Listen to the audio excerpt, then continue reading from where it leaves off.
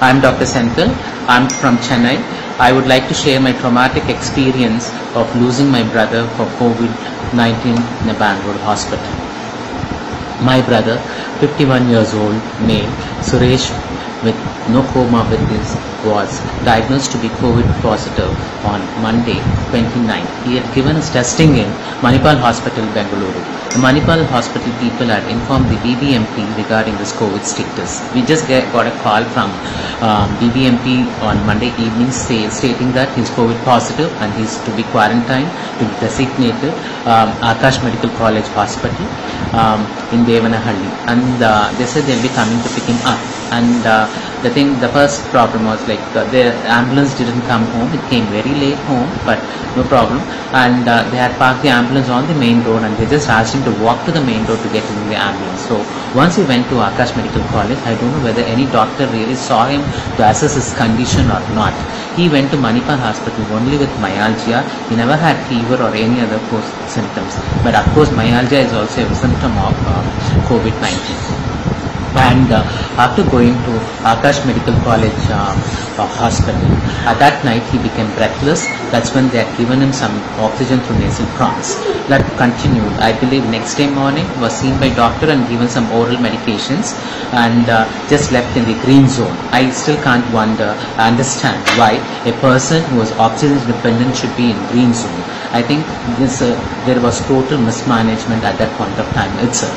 At least they could have shifted him to the orange or red zone because he was oxygen dependent, and not other medications like steroids. Anything was started once, and I don't know what the protocol over there, but I personally feel that the protocol was not followed properly. That evening I get a call from my brother saying that he's been very distressed and there is no one to tell anyone anything over there. Just there is no staff over there, there is no ward boy, there is no doctor. That's when we got worried, and we kept calling to different numbers. We called to one number, they say call to, they used to give 2-3 numbers to call. When we called to that number, they gave another number, and ultimately it took 3 hours for us to reach someone or tell someone to go and attend him in Akash Medical College Hospital. After that, after 3 hours of ordeal, he was shifted to the ICU, and in ICU he was put on BiPAP. I think his saturation improved from 95, somewhere it was between 95 to 100. That was said by the technician over there. We couldn't talk to my brother after that, and then that night he was there, and next day morning, because he was feeling better, they weaned him off BiPAP and he was on nasal prongs, and which was slowly they started tapering the oxygen. Subsequently on Wednesday night again he became very distressed and his breathlessness increased, and again he was put on BiPAP. On Thursday morning, I don't know why they again weaned him off BiPAP, and he was on nasal prongs with 10 liters. He was saturating only around 90 to 91. That is what they said. And in the afternoon, we just get a call from the hospital stating that our brother is very sick and probably we might intubate him. We really got worried. In the meanwhile, none of the doctors, nor the technicians, nor the people over there contacted us to tell the status of condition of my brother who was in the ICU. I believe I was the only person in the ICU. I feel whatever it is, whether it's COVID or non-COVID, somebody is over there getting treated. They need to be treated properly with adequate drugs and appropriate drugs, and it's their responsibility to inform the family regarding the status of the patient. That was not at all done by the hospital people. And my sister-in-law calls me in Chennai and says that this is what they said. I said immediately I tried contacting. After 1 hour I could contact the hospital doctor, and he said your brother threw a seizure, so we have intubated him.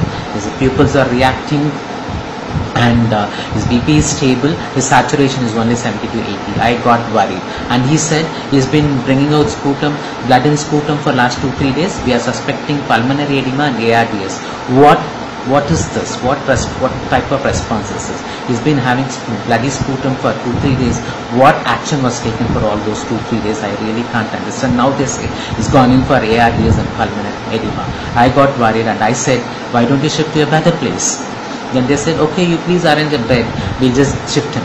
So without great difficulty, we could arrange a bed in St. John's Medical College Hospital. Then they said, no, we can't shift in our hospital. hospital ambulance, you'll have to call the 108 ambulance. That is what was said by Akash Medical College Hospital. That is the protocol which is followed in Karnataka, which I totally disagree. I don't know. And we tried contacting the 108, which said like you have a long waiting period, and it took almost 5 hours for them to send everything. Ultimately, they didn't send anything.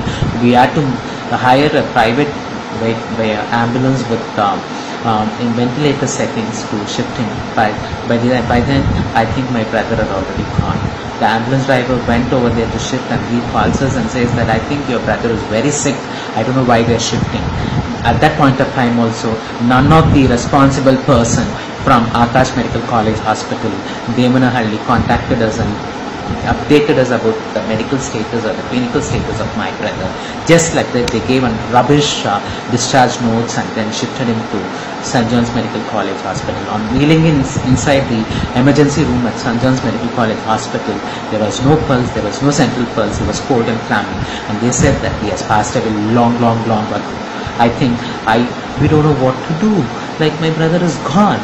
Like, just by mere mismanagement by Akash Medical College Hospital, Bangalore, and also I solely put Akash Medical College Hospital, Bangalore, that is in Devanahalli, and BBMP responsible for my brother's death. I would bring it to the notice to all the higher officials or authorities of the government of Karnataka to take necessary action to book them and find out what exactly happened and take necessary action against all these people who were responsible for my brother's death. And we lost our brother, and his family lost his father, his wife lost her husband, my mother lost her son, and at the young age. 51 is not an age to die. No doubt COVID has got lots of things. I feel there should be some dignity, and all deaths has to be dignified, whether it's COVID or non-COVID, and even a patient, if it's a COVID or non-patient, they should be given dignified treatment. I sincerely request everyone, whoever is responsible, please take some action. I don't want anybody else to suffer this in future. Please take, we lost a family member, our family is totally shattered and broken. Please take care, please take some action. Please, I request you people, please take some action. Thank you.